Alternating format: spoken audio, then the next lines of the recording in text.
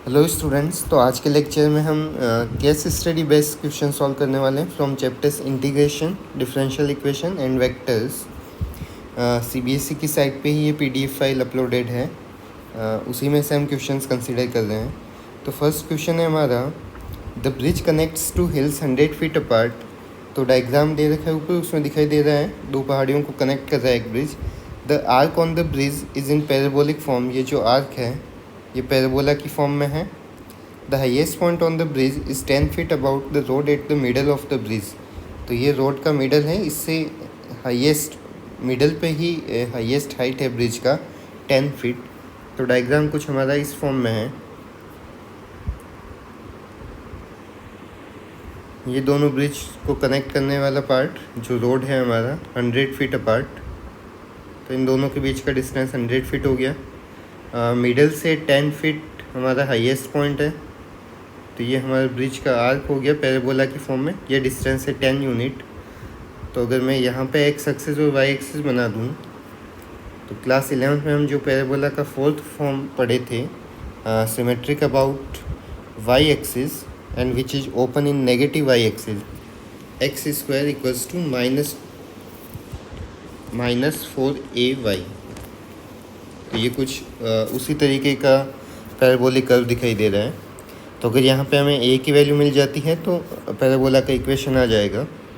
तो हम point a का कोऑर्डिनेट फाइंड कर लेंगे। ये हमारा मिडिल पॉइंट o है, ये ओरिजिन सपोज कर लो o डैश। तो पॉइंट a जो है y एक्स एक्सिस से 10 यूनिट नीचे है, इसका मतलब पॉइंट a का y कोऑर्डिनेट हो जाएगा -10, क्योंकि B से A तक का डिस्टेंस हमें दे रखा है 100 फीट और O हमारा मिडिल पॉइंट है। इसका मतलब O से A तक का डिस्टेंस कितना हो जाएगा, 50 फीट या फिर 50 यूनिट्स। इसका मतलब A का कोऑर्डिनेट x कोऑर्डिनेट हो गया 50, क्योंकि पॉइंट A जो पैराबोला के ऊपर लाई कर रहा है, इसका मतलब पैराबोला की इक्वेशन को सेटिस्फाई करेगा। So since X square is equals to 4ay, x का वैल्यू रखोगे 50 whole square, sorry minus, so -4a y की जगह पे आ जाएगा -10। तो ये हमारा बन जाएगा 4a इंटू 10 2500। हमें 4a का वैल्यू फाइंड करना है। So 4a equals to 2500 upon 10 that is 250। 4a का वैल्यू आ गया तो इसको इक्वेशन के अंदर पुट कर दो वापस से। X square equals to -4ay, so X square equals to -250y। तो ये हमारे पैराबोला का रिक्वायर्ड इक्वेशन आ गया। नेक्स्ट क्वेश्चन, सेकंड क्वेश्चन में बोला है the value of the integration over -50 to +50 of X square upon 250 dx। तो पहले तो कांस्टेंट को बाहर ले लो, 1/250 इंटीग्रेशन के बाहर आ गया, -50 टू +50 एक्स स्क्वायर dx। ये इस टाइप की प्रॉपर्टी हम देखे थे इवन और फंक्शन के लिए। सो प्रॉपर्टी एक बार लिख लेते हैं यहाँ पे, -a to +a f of x dx।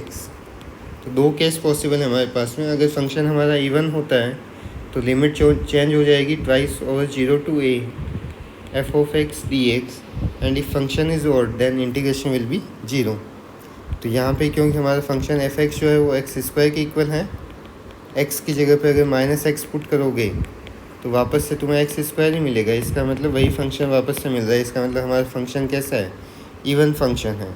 Even function है तो हमारा इंटीग्रेशन चेंज हो जाएगा, 1/250 इंटीग्रेशन ओवर 0 टू 50, बाहर 2 से मल्टीप्लाई हो जाएगा एक्स स्क्वायर dx।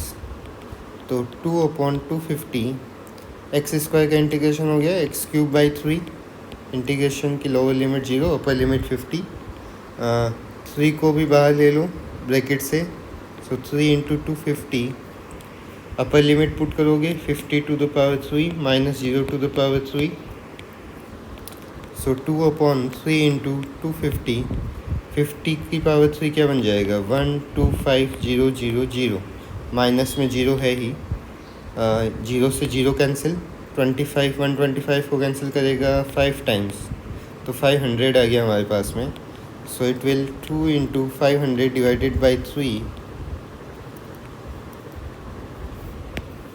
सो 2 इंटू 500 बन जाएगा 1000, सो 1000/3।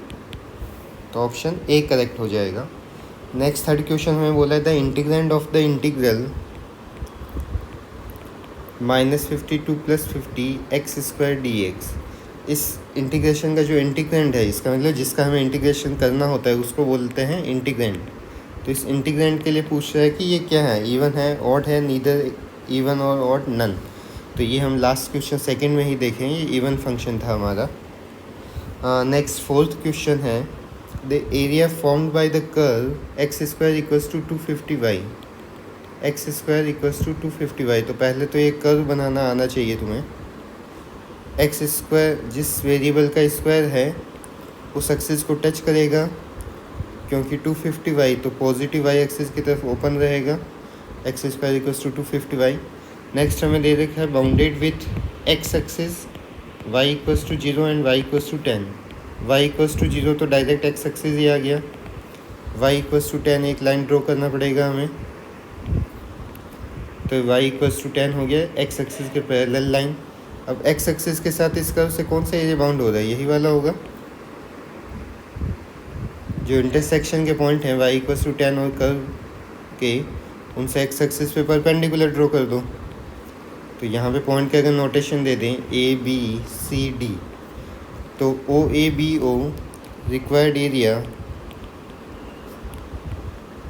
Area is equals to area of region OABO plus area of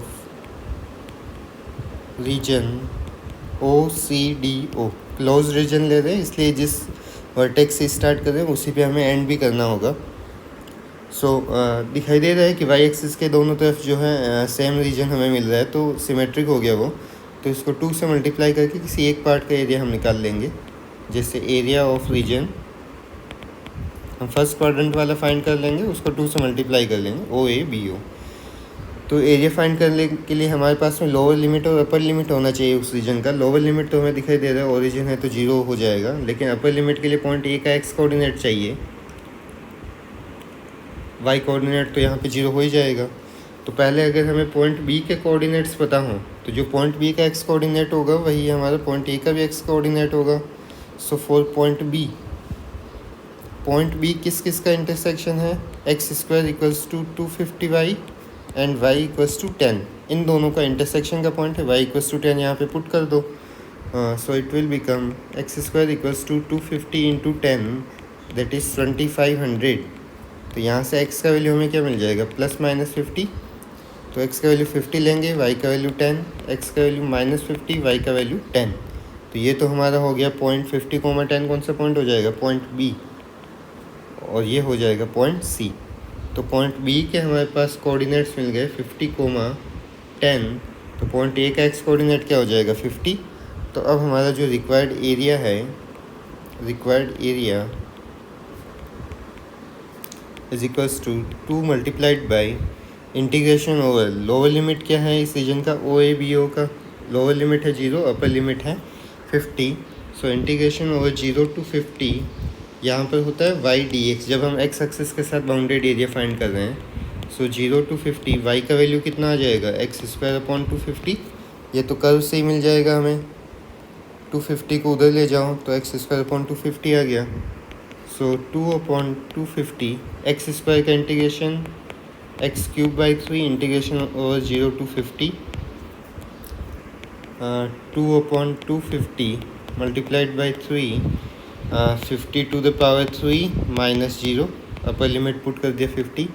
so 2/250 × 3, 50 to the power 3 क्या हो जाएगा, 125,000, 0 से 0 कैंसिल, 25 इसको कैंसिल करेगा 500 times. So it will become 2 × 500/3 that is 1000/3। तो इसका भी आंसर हमारा हो गया 1000/3। तो यहाँ पर 2 चीज़ें ध्यान रखनी है, एक तो हमें रीजन कौन सा पूछा है बाउंडेड विथ x एक्सिस, उसके बाद में हम इस पॉइंट A के कोऑर्डिनेट्स कैसे फाइंड कर रहे हैं, और उसके बाद में ये ध्यान रखना है y एक्सिस के बहुत सिमेट्रिक रीजन बन रहा है, इसलिए फर्स्ट क्वाड्रेंट का अगर रीजन का एरिया फाइंड कर लेते हैं तो उसको 2 से लास्ट में तुम्हें मल्टीप्लाई करना पड़ेगा। नेक्स्ट फिफ्थ क्वेश्चन देखो, फिफ्थ में बोला है the area formed by the curve x² = 250y, y axis and y equals to 2 and y equals to 4। तो इस बार तो y एक्सिस के साथ बाउंडेड एरिया निकालना है, तो ये तो आसान ही होगा। पहले पैराबोला ड्रॉ कर लो, उसके बाद में y इक्वल्स टू 2 लाइन बनाओ। ये तो x एक्सिस है, y एक्सिस ये वाला लाइन हो गया y इक्वल्स टू 2। ये x एक्सिस के पैरेलल एक और लाइन हमें मिल गया y equals to 4। y axis के साथ का रीजन मतलब ये वाला पार्ट निकालना है। यहाँ बीच में ये वाला पॉइंट O ले लेते हैं। ये पॉइंट्स मान लो A, B, C, D, E and F। तो हमें एक्चुअल में जो रीजन हमें चाहिए, जिसका हमें एरिया फाइंड करना है, वो है हमारा A, D, C, B, F, E, A। ये वाला रीजन A से स्टार्ट होके D की तरफ, C की तरफ, next B, F, E and वापस से हमें A तक आना है। तो इसको अगर मैं twice of A, D, C, B, A कह दूँ, मतलब इस पार्ट का एरिया अगर मैं फाइंड कर लूँ, इसको 2 से मल्टीप्लाई कर देंगे तो एरिया आ जाएगा हमारे, क्योंकि वाई एक्सिस का वो सिमेट्रिक है। So required area is equals to 2 multiplied by integration over Y axis के साथ में एरिया निकाल रहे हैं बाउंडेड रीजन, तो यहाँ पे बनेगा हमारा डी वाई, तो यहाँ पे आएगा एक्स डी वाई। लिमिट किसकी रहेगी? वाई की रहेगी। तो y की लोअर लिमिट पॉइंट A के ऊपर y का वैल्यू कितना है 2, पॉइंट B के ऊपर y का upper limit 4। So 2 multiplied by x का वैल्यू रखो √250y integration over 2 to 4 dy। तो ये बन जाएगा 2 into √250 integration over 2 to 4 √y dy। 25 का स्क्वायर रूट हो जाएगा 5, 10 बचा रह जाएगा। रूट वाई का इंटीग्रेशन होगा y⁴/2 upon 3/2, lower limit 2 upper limit 4। तो ये बन गया 10√10। डिवीजन वाला 3/2 चेंज हो जाएगा हमारा 2/3 के अंदर। Next y⁴/2 lower limit 2 upper limit 4। सो 20/3√10 अपर लिमिट पुट करोगे तो 4⁵ माइनस 2⁵। अब 4 की पावर 3/2 तुम्हें सॉल्व करना आना चाहिए। पहले पावर 1/2 कर लो, उसका होल पावर 3 कर लेना। तो 4 की पावर 1/2 होता है 2, 2 की पावर 3 8। तो ये बन गया 20/3√10 मल्टीप्लाइड बाई 8 माइनस ऐसे 2 की पावर 3/2, तो 2 की पावर 1/2 होल पावर 3, तो ये हो गया √2 का पावर 3। इसका मतलब हो गया 2√2। तो 8 और 2√2 तो आपस में सॉल्व होंगे नहीं, तो ऐसा कोई ऑप्शन हमें दे नहीं दिखा है। इसका मतलब नन ऑफ दिस सही हो जाएगा। नेक्स्ट डिफरेंशियल इक्वेशन का क्वेश्चन दे रखा है केस स्टडी 1। तो यहाँ पर ये बाकी जो भी क्वेश्चन है सारा थ्योरी आप अपने से पढ़ो। हमें डिफरेंशियल इक्वेशन से मतलब है, डिफरेंशियल इक्वेशन मेरा है यहाँ पे dt/dt प्रोपोर्शनल टू T-70, जहाँ पे दे रखा है 70 degree Fahrenheit is the room temperature and capital T is the temperature of the object at time T। Next in the solution of the differential equation way K is the constant of proportion. तो proportionality के sign को अगर हटाएंगे तो एक constant लगेगा, proportionality constant, वो तो हम जानते हैं, K इंटू T-70। तो ये हमारी रिक्वायर्ड डिफरेंशियल इक्वेशन बन गई। अब इसके लिए पूछा गया है state the degree of the above given differential equation. तो इसका हमें डिग्री बताना है। तो हाईएस्ट ऑर्डर डेरिवेटिव यहाँ पे कौन सा है? फर्स्ट ऑर्डर डेरिवेटिव ही है। इसका हाईएस्ट पावर कितना है? 1। इसका मतलब इसका डिग्री 1 हो जाएगा। अगर ऑर्डर पूछता तो वो भी 1। ऐसे ही पूछ सकता है सम ऑफ ऑर्डर एंड डिग्री, तो वो 2 हो जाता। Which method of solving a differential equation help in calculation of the time of death. तो इस इक्वेशन को सॉल्व करने के लिए हमें कौन सा मेथड चाहिए होगा? सेपरेशन ऑफ वेरिएबल ही चाहिए होगा। T-70 को इधर डिवीजन में ले आएंगे और K इंटू dt हो जाएगा। तो एक तरफ T के वेरिएबल्स हैं, दूसरी तरफ स्मॉल t के वेरिएबल हैं, तो separation of variable method use में आ जाएगा। सो option A is correct. If the temperature was measured 2 hours after 11:30 PM till the time of death change. तो किसी की भी डेथ का टाइम तो चेंज नहीं हो सकता, चाहे उसका टेम्परेचर 2 घंटे बाद चेक करो या 4 घंटे बाद चेक करो। So it will be no. Next fourth question है the solution of this differential equation is given by. तो इसका सॉल्यूशन फाइंड करो, दोनों साइड इंटीग्रेशन कर दो। तो ये बन जाएगा log e T minus 70 is equals to K into T plus C. 1/x का इंटीग्रेशन होता है log x, तो 1/t माइनस 70 है तो log t माइनस 70। यहाँ पे नेचुरल लॉगरिथम है इसलिए मैंने e लिखा है। ये log e की जगह पे कई बार ऐसा भी दे रखा होता है ऑप्शन में कैपिटल log e को कैपिटल log भी बोलते हैं, ये ऐसे भी हो सकता था, तो वो ऑप्शन करेक्ट हो जाएगा। तो अभी हमारा ऑप्शन करेक्ट हो गया यहाँ पे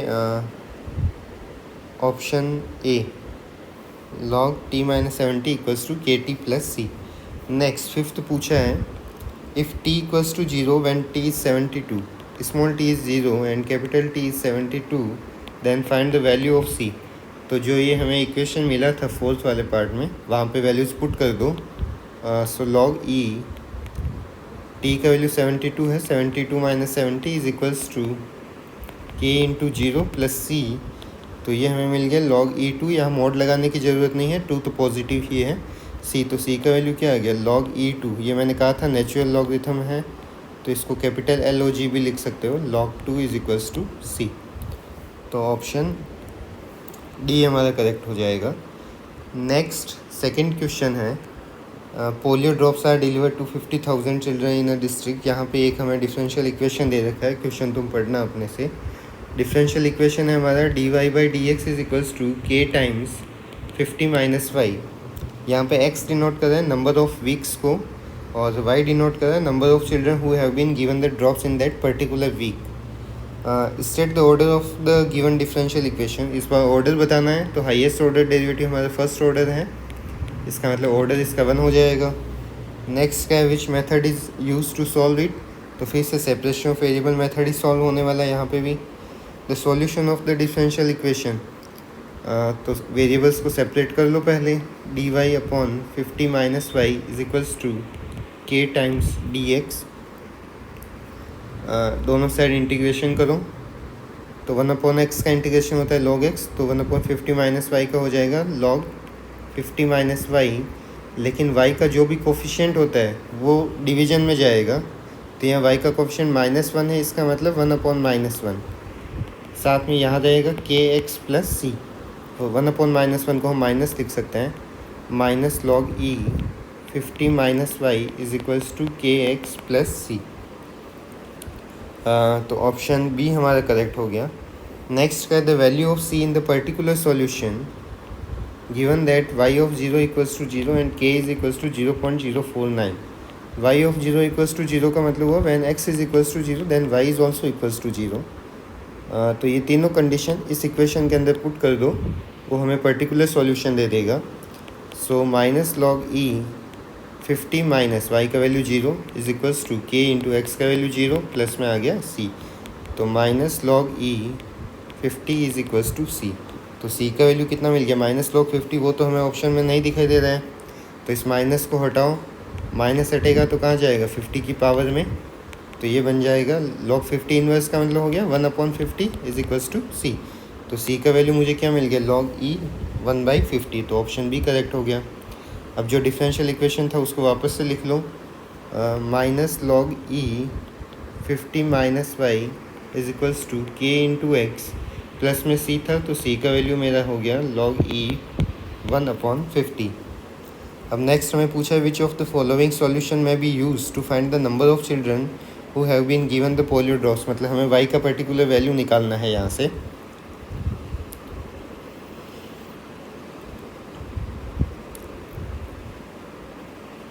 तो यहाँ से y का अगर पर्टिकुलर वैल्यू अगर हमें निकालना है तो log 50 को जो है राइट हैंड साइड से लेफ़्ट हैंड साइड में ले आओ, तो ये हमारा बन जाएगा log e 1/50 minus log 1/50 minus log e 50 minus Y is equals to kx। ठीक है, यहाँ से हम थोड़ा सा चेंज कर लेते हैं 1/50 log e 50 माइनस वाई में से मैं अगर इसको पूरे को माइनस से मल्टीप्लाई करना चाहूँ, तो यहाँ पे अगर मैं प्लस का साइन लगा दूँ तो अंदर में क्या बन जाएगा 50 माइनस वाई का inverse is equals to kx। क्योंकि 50 माइनस वाई का इन्वर्स होगा तो ये -1 वापस से यहाँ पे आ जाएगी, माइनस का साइन ही बन जाना है। तो मैं उसको चेंज कर रहा हूँ ताकि लॉग की प्रॉपर्टी हम यूज कर पाएँ। तो ये बन जाएगा minus log E 1/50 plus log E 1/50 minus Y is equals to K X. यहाँ पर प्रॉपर्टी यूज करोगे log A minus log B का। Log A minus log B होता है हमारा log A upon B. Log A upon B का अगर formula use करें, log A upon B equals to log A minus log B, तो left hand side हमारा हो जाएगा log E 1/50 minus Y upon 1/50 is equals to K X. तो ये हमें मिल गया log E 50/50 minus Y is equals to K X. Logarithm की प्रॉपर्टी से 50/50 माइनस वाई किसके इक्वल हो जाएगा, E to the power K X. हमें वाई का वैल्यू निकालना है, रेसिप्रोकल ले लो सभी का। So 50 minus Y upon 50 is equals to E to the power minus K x हो जाएगा। उल्टा कर रहे हैं बस केवल, सेपरेट कर दो 50/51 माइनस में y/50। न्यूमरेटर की दोनों टर्म्स को डिवाइड की 50 से, E to the power minus K x.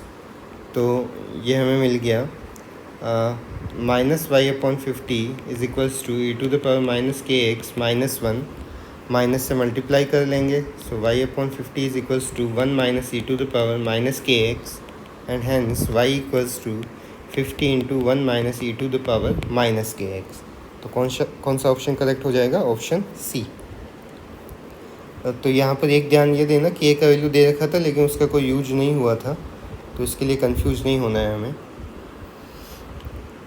Next vector का एक क्वेश्चन दे रखा है।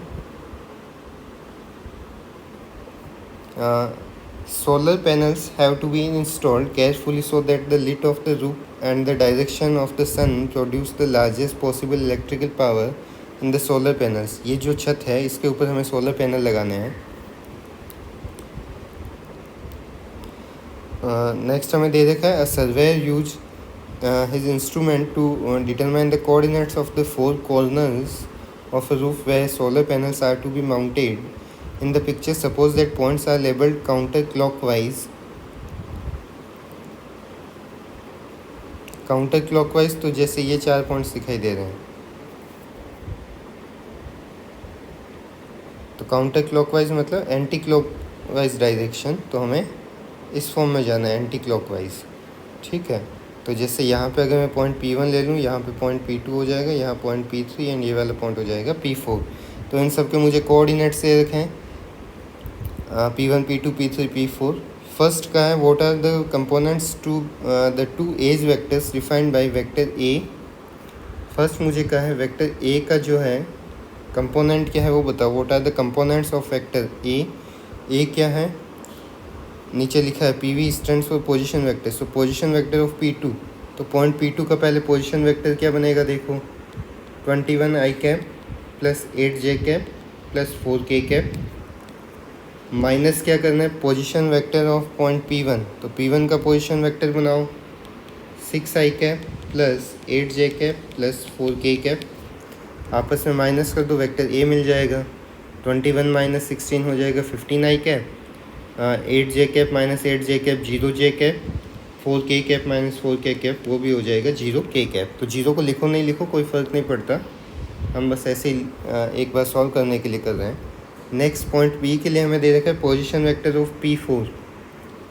तो P4 जो पॉइंट है उसका पोजीशन वेक्टर बनाओ 6 i cap plus 16 j cap plus में है 10 k कैप माइनस में position vector of P1 again.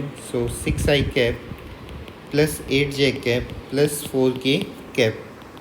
तो 6 i cap minus 6 i cap 0 i cap, 16 minus 8 हो जाएगा plus 8 j cap and 10 minus 4 बन जाएगा 6 k कैप। तो ये पॉइंट बी हमारे पास में आ गया इन वेक्टर कंपोनेंट फॉर्म। तो फर्स्ट क्वेश्चन में तो कहा था what are the components to the edge vectors defined by a and b. तो फर्स्ट क्वेश्चन में अगर कंपोनेंट्स पूछे हैं तो components of vector a are, vector a के कंपोनेंट क्या होंगे एक्स वाई जेड की डायरेक्शन में, आई जे कैप के जो कोफिशिएंट्स हैं इसके लिए कंपोनेंट्स 15 0 एंड 0।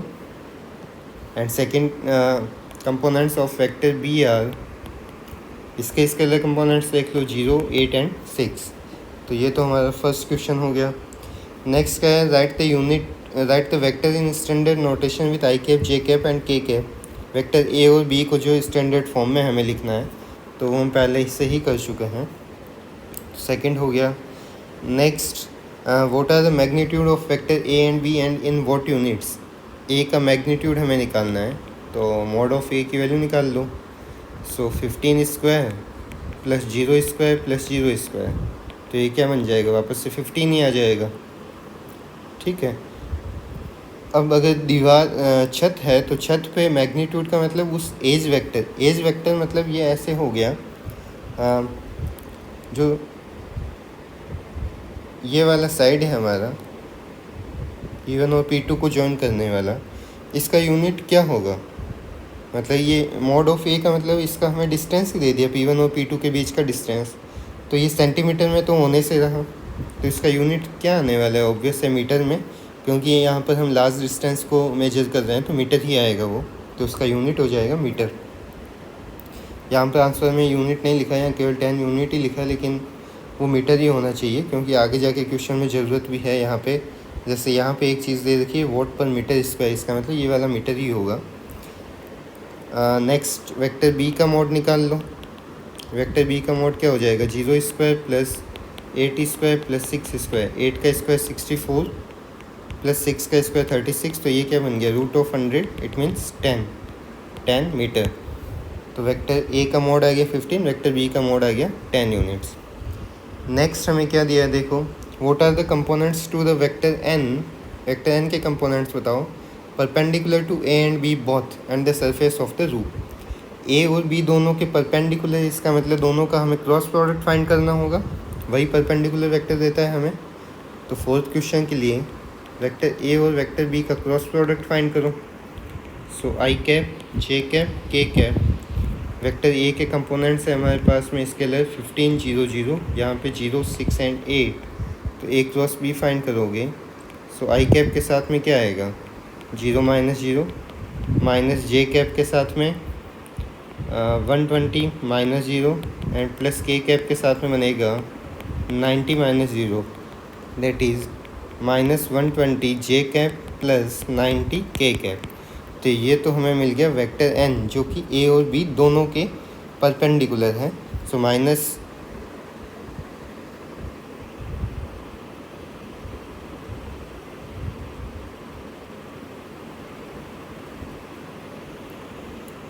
अच्छा, यहाँ पे 8 एंड 6 था, हमने 6 एंड 8 लिखा, तो इसको चेंज कर लो यहाँ पे।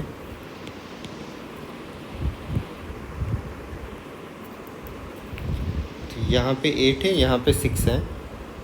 वेक्टर बी था हमारा 0 आई कैप प्लस 8 जे कैप प्लस 6 के कैप, सॉरी, तो ये बन जाएगा 15 6 जा 90, और यहाँ पे हो जाएगा 15 8 जा 120, it means -90 j cap plus 120 k cap.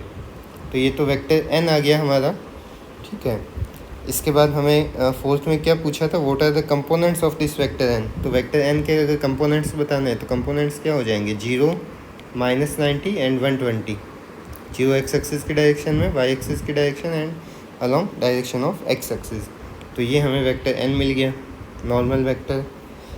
Fifth का है, what is the magnitude of n and its unit. Fifth में वेक्टर एन का मैग्नीट्यूड निकालो, तो root of 90 square plus 120 square, तो 90 का स्क्वायर बन जाएगा तुम्हारा 8100, प्लस में 120 का स्क्वायर 14400, 100 का तो ये बन जाएगा 22500, तो 225 का स्क्वायर रूट हो जाता है 50, 100 का स्क्वायर रूट 10, तो 150 यूनिट इसका भी क्या हो जाएगा, मीटर। तो ये तो वेक्टर एन और उसका मैग्नीट्यूड आ गया हमारे पास में। नेक्स्ट हमें कह रहे हैं the sun is located along the unit vector. Sun की पोजीशन कहाँ पे है, सूरज की पोजीशन। तो वेक्टर एस दे रखा है हमें, half i cap -6/7 j cap and plus 1/7 k cap. ये यूनिट वेक्टर दे रखा है along the direction towards sun. If the flow of solar energy is given by vector f which is equals to 910 × s। तो vector f find कर लो पहले तो। 910 को हमें मल्टीप्लाई करना है 1/2 आई कैप से, -6/7 j cap and +1/7 k cap. ये हमें वेक्टर एफ मिल गया, जो कि हमें क्या बता रहा है, फ्लो ऑफ सोलर एनर्जी। और इसका यूनिट क्या है, वॉट पर मीटर स्क्वायर दे रखा है एफ़ का यूनिट। पूछा है what is the dot product of F with an, F का एन के साथ में हमें डॉट प्रोडक्ट लेना है। तो ये हमारा वेक्टर एन है, यहाँ पे वेक्टर एफ है, दोनों का डॉट कर लो। सो -90 जे कैप +120 के कैप, ये वेक्टर एन हो गया। एफ़ डॉट एन करें, एन डॉट एफ करें, एक ही बात है। डॉट प्रोडक्ट करना है एफ़ के साथ में, सो 910 1/2 i cap -6/7 j cap +1/7 k cap. Dot product का फॉर्मूला यूज करना, 910 तो कांस्टेंट है, उसको बाहर ही लिख लो। करस्पॉन्डिंग कंपोनेंट्स को मल्टीप्लाई कर दो। फर्स्ट पार्ट में आई कैप का कोई कोफिशिएंट नहीं है तो 0। नेक्स्ट -70 किससे मल्टीप्लाई हो जाएगा, -6/7 के साथ में, और 120 किससे मल्टीप्लाई हो जाएगा, 1/7 के साथ। तो ये हमें मिलेगा 910 -90 इंटू -6/7, 9 6 या 54, 540/7 प्लस 120/7, तो ये बन जाएगा 660। सो 910 इंटू 660/7, 910 को 7 से अगर डिवाइड करोगे, 7 1 जा 7, 2 बच गए, 21, 7 3 जा 21।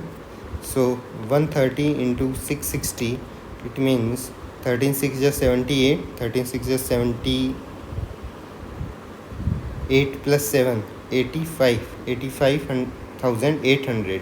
तो एफ़ का यूनिट था देखो वॉट पर मीटर स्क्वायर, एन का यूनिट था हमारा मीटर, तो मीटर से मीटर स्क्वायर कैंसिल हो जाएगा, तो अब यूनिट क्या बच जाएगा, 85,800 इंटू वॉट पर मीटर। तो ये हमारा इसका यूनिट आ गया। हाँ, नेक्स्ट हमें क्वेश्चन नंबर 6 बोला है। अच्छा सॉरी, वेक्टर एन का यूनिट हमारा मीटर स्क्वायर बनेगा, क्योंकि वेक्टर एन क्या था, ए और बी का क्रॉस प्रोडक्ट था वहाँ पे, इसलिए एन का यूनिट हमारा क्या बनने वाला है, मीटर स्क्वायर। तो यहाँ पे मीटर स्क्वायर रहेगा, मीटर स्क्वायर से मीटर स्क्वायर कैंसिल, तो केवल वोट बचेगा। इसको वापस से चेक करना।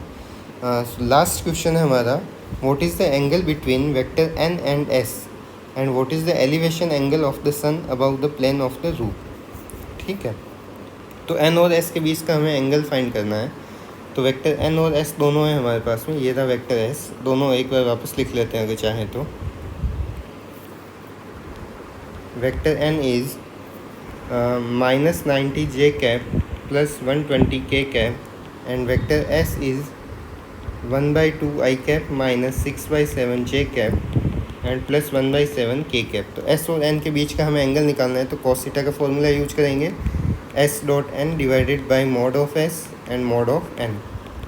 एस डॉट एन कर दो 0 plus -90 into -6/7 plus 120 into 1/7 divided by mod of s. S हमें पहले से दे रखा था यूनिट वेक्टर, और मॉड ऑफ एन हम ऑलरेडी यहाँ पे फाइंड कर चुके हैं, मैग्नीट्यूड ऑफ एन जो कि हमारा आया था 150। न्यूमरेटर्स को सॉल्व करोगे, 9 6 या 54, 540/7 प्लस में है 120/7, अपॉन में 150, तो ये हमें मिलेगा 660/7, डिवीजन में 150 है। 0 से 0 कैंसिल करो, 3 से डिवाइड करोगे, 3 5 या 15, 22 आ जाएगा। सो 22/7 5 या 35, तो 22 को 35 से सॉल्व करना है, तो 5 से डिवाइड कर दो पहले, 5 4 या 20, 4.4/7। अब 7 से डिवाइड करोगे तो 7 5 जा 35, 7 6 जा 42, 2 बच गए 20, तो 7 2 जा 14, 7 8 जा 56, तो 0.628 आएगा। किसका वैल्यू मिला है ये हमें, कॉस थीटा का वैल्यू। तो थीटा का वैल्यू यहाँ पे साइंटिफिक कैलकुलेटर की ज़रूरत पड़ेगी, या फिर क्वेश्चन में हमें दे ही रखा होगा। अगर नहीं दे रखा है तो हम कुछ नहीं कर सकते यहाँ पे डायरेक्ट। तो थीटा जैसा कि अगर हम साइंटिफिक कैलकुलेटर से अगर निकालते हैं तो इसका वैल्यू हमें मिलेगा 51 डिग्री। तो अब सिचुएशन कैसा है देखो,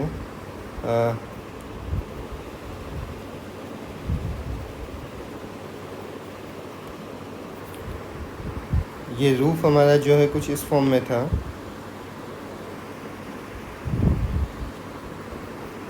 हमने यूनिट वेक्टर n निकाला, उसका डायरेक्शन सपोज करो ऐसा है क्योंकि सरफेस के परपेंडिकुलर था। सन जो है कुछ इस फॉर्म में है, सन का ये वेक्टर ऐसे, ये वेक्टर n हो गया, s और n के बीच का एंगल आ गया हमारा 51 डिग्री। नेक्स्ट हमें पूछा है क्वेश्चन में what is the angle between n and s and then what is the elevation angle of the sun about the plane of the roof. Plane से सन का एलिवेशन ऑफ एंगल कितना है, इसका मतलब ये जो प्लेन है रूफ का, छत से सन के बीच का एंगल कितना है हमें ये बताना है। तो क्योंकि वेक्टर n हमें पता है which was perpendicular to plane of the surface of the roof, इसका मतलब वेक्टर n और सरफेस ऑफ रूफ के बीच का एंगल, ये पूरा एंगल कितना था 90 डिग्री था। 90 में से इतना पार्ट अगर 51 हो गया तो बाकी कितना बचेगा 90 माइनस 51 दैट इज़ 39 डिग्री। तो ये हमें लास्ट में सॉल्व करके लिखना। यहाँ पर देखो दे रखा है cos 51 degree is equals to 0.629, तो ये हमें दे ही रखा होगा, कोई प्रॉब्लम नहीं होगी यहाँ पे। नेक्स्ट देखो सेकंड क्वेश्चन वेक्टर्स का। A class 12th student appearing for a competitive examination was asked to attempt the following question. If a and b are such that mod of a plus b equals to mod of a minus b, mod of a plus b equals to mod of a minus b, तो दोनों side whole square कर दो, क्या आता है देखते हैं। तो इसकी कंडीशन बनेगी mod a whole square plus mod b whole square plus twice of a dot b। ये हम पिछले लेक्चर्स जो थे वेक्टर्स के उसके अंदर हम देखे हैं ये वाला question. Mod a minus B का होल स्क्वायर बन जाएगा mod a whole square mod b whole square minus में रहेगा 2a डॉट b। तो ये पार्ट तो कैंसिल हो गए, माइनस 2a डॉट b को लेफ्ट हैंड साइड में ले आओगे तो 4 इंटू a डॉट b बन जाएगा equals to 0। a dot b का फॉर्मूला यूज करोगे mod a mod b cos theta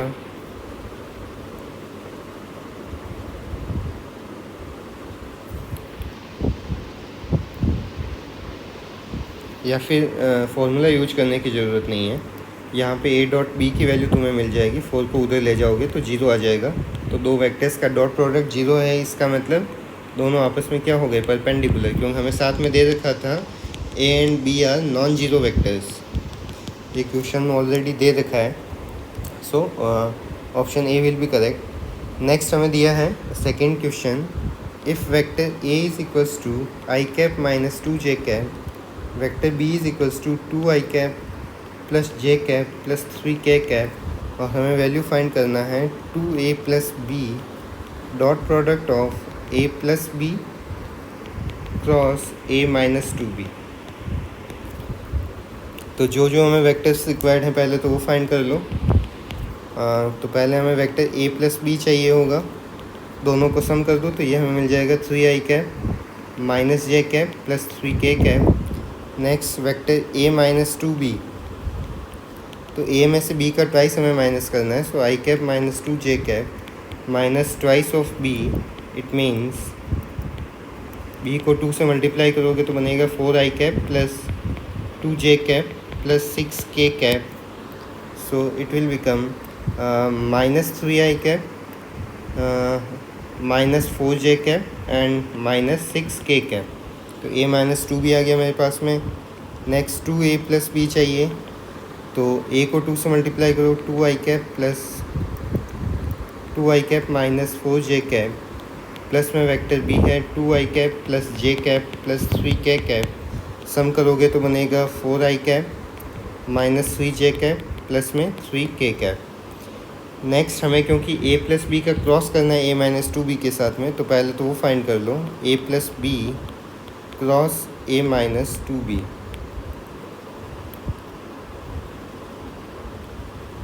so i cap j cap k cap,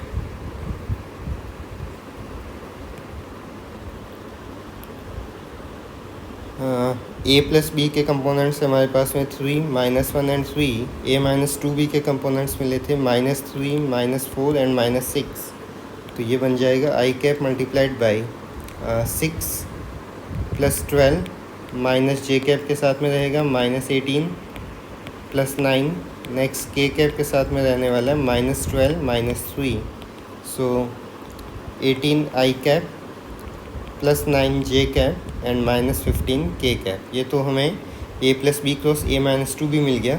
इसके बाद हमें 2a प्लस बी के साथ में इसका डॉट प्रोडक्ट करना है। 2a plus b dot with a plus B cross a minus 2b, that is 2a plus b का वैल्यू हमें मिला था 4i cap minus 3j cap plus 3k cap.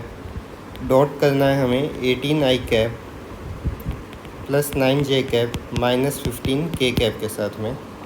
तो करस्पॉन्डिंग कंपोनेंट्स मल्टीप्लाई हो जाएंगे। 18 4 जा 72, नेक्स्ट 9 3 जा 27 एंड 15 3 जा 45। तो 72 माइनस 72 जीरो ही आ गया, तो ऑप्शन ए करेक्ट हो जाएगा हमारा। नेक्स्ट हमें क्या है, find if angle between A and B is theta and A and B are unit vectors then find that mod of A minus B. तो थर्ड क्वेश्चन में mod of A minus B का value हमें find करना है। So mod A minus B का whole square हम find करेंगे, A minus B dot A minus B. तो ए माइनस बी का ए माइनस बी के साथ डॉट करोगे, ये तुम्हें मिलेगा mod a square plus mod b square minus of 2a dot b. Mod b 1 दे रखे हैं, तो 1 plus 1 minus 2 of a dot b का फॉर्मूला फिर से यहाँ पे यूज करोगे, mod a mod b cos theta. So it will become 2 minus 2 cos theta. अगर 2 को कॉमन लेना है तो 1 माइनस कॉस थीटा हो जाएगा। 1 माइनस कॉस थीटा का फॉर्मूला होता है हमारा 2 sine square theta by 2। It means 4 sine square theta by 2। ये किसका वैल्यू मिला है, मॉड ए माइनस बी का होल स्क्वायर। तो मॉड ए माइनस बी की वैल्यू क्या आ जाएगी, twice of sine theta by 2। तो ऑप्शन बी करेक्ट हो जाएगा।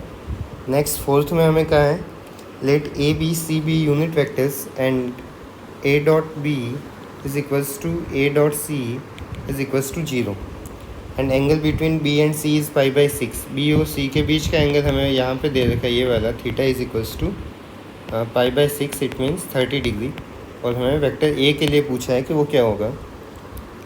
तो ए और बी दोनों यूनिट वेक्टर हैं, दोनों का डॉट अगर 0 है, इसका मतलब यहाँ पे एंगल कितना है, 90 डिग्री का। वेक्टर ए और बी परपेंडिकुलर है, इससे कंडीशन मिल गई वेक्टर ए और सी आपस में परपेंडिकुलर हैं। ए जो है बी के भी परपेंडिकुलर है, ए जो है वो सी के भी परपेंडिकुलर है, ठीक है। और बी और सी के बीच का एंगल हमें कितना दे दिया है यहाँ पे, 30 डिग्री। अब चारों ऑप्शन के अंदर देखो तो तुम्हें बी क्रॉस सी तो मिलेगा ही। तो पहले बी क्रॉस सी का वैल्यू फाइंड करके देखो क्या आता है। B cross c equals to mod of b mod of c and cos theta. Mod b का वैल्यू 1, मॉड सी का value 1, cos theta means cos pi by 6। Cos pi by 6 कितना होगा, sorry sine pi by 6, sine 30। Sine pi by 6 sine 30 कितना होता है, 1/2। तो B cross सी का value मुझे कितना मिल रहा है, अगर मैं मॉड बी क्रॉस सी की बात करूं तो मॉड बी क्रॉस सी का वैल्यू मुझे मिल रहा है 1/2, ठीक है। यानी कि बी क्रॉस सी जो वेक्टर होगा वो 1/2 के साथ में कुछ एन कैप रहेगा।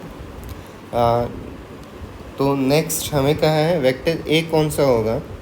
तो वेक्टर ए अब सभी के अंदर देखो 2 से मल्टीप्लाई किया हुआ है, तो इसको 2 से मल्टीप्लाई कर देता हूँ। 2 इंटू बी क्रॉस सी क्या बनेगा, एन कैप। अब एन कैप का मतलब यूनिट वेक्टर तो है ही, और वेक्टर ए भी हमें दे रखा है यूनिट वेक्टर। अगर मैं इसको वेक्टर ए कंसिडर करूँ तो ये यूनिट वेक्टर तो मुझे मिल ही गया कि यूनिट वेक्टर तो है, मॉड इसका 1 होगा। लेकिन अब ए के लिए कौन सी कंडीशन पॉसिबल है, क्या फर्स्ट वाला केवल पॉसिबल है, सेकंड वाला या फिर थर्ड वाला, या फिर डी के अंदर है बी प्लस माइनस सी। तो बी प्लस माइनस सी वाला तो वैसे भी नहीं आ सकता क्योंकि हम प्लस नहीं कर सकते वेक्टर्स को। तो केवल क्रॉस प्रोडक्ट वाले फर्स्ट सेकंड और थर्ड ऑप्शन में से होगा कुछ। तो यहाँ पे अगर 2 के साथ में प्लस का साइन हो या माइनस का साइन हो उससे फ़र्क नहीं पड़ता, क्योंकि मॉड ए का वैल्यू क्या आएगा, 1 ही आएगा, इसका मैग्नीट्यूड तो 1 ही आने वाला है। तो ऑप्शन सी हमारा करेक्ट हो जाएगा। नेक्स्ट फिफ्थ क्वेश्चन है, the area of the parallelogram formed by vector A and b as diagonals. एक पैरेललोग्राम है और हमें कह रहा है कि ए और बी जो है उसके डायगोनल वाले वेक्टर हैं। मतलब ए बी सी डी की अगर बात करें तो जो वेक्टर ए सी है वो अगर वेक्टर ए है, वेक्टर बी डी अगर हमारा वेक्टर बी है, तो हमें कह रहा है डायगोनल वेक्टर्स हमें दे दिए, अब इसका एरिया फाइंड करो। तो एरिया का फॉर्मूला होता है हमारे पास में half multiplied by multiplication of diagonals. इसका मतलब ए क्रॉस बी हो जाएगा। तो mod of a cross b क्या बनेगा, mod of a mod of b sine theta, क्योंकि दोनों के बीच का एंगल 90 डिग्री था, ये हमें क्वेश्चन में दे रखा था a dot b equals to 0। So 1 into sine pi by 2 that is sine pi by 2 1 होता है, तो ये बन जाएगा 1/2। तो एरिया कितना मिल गया हमें, एरिया की वैल्यू मिल गई हमें 1/2। तो यहाँ पे √70 दे रखा है, तो वो तो नहीं हो सकता, ये वाला 1/2 ही होगा। तो नेक्स्ट लेक्चर में हम देखेंगे 3D और प्रोबेबिलिटी के क्वेश्चंस। तब तक ये पढ़ो। Thank you.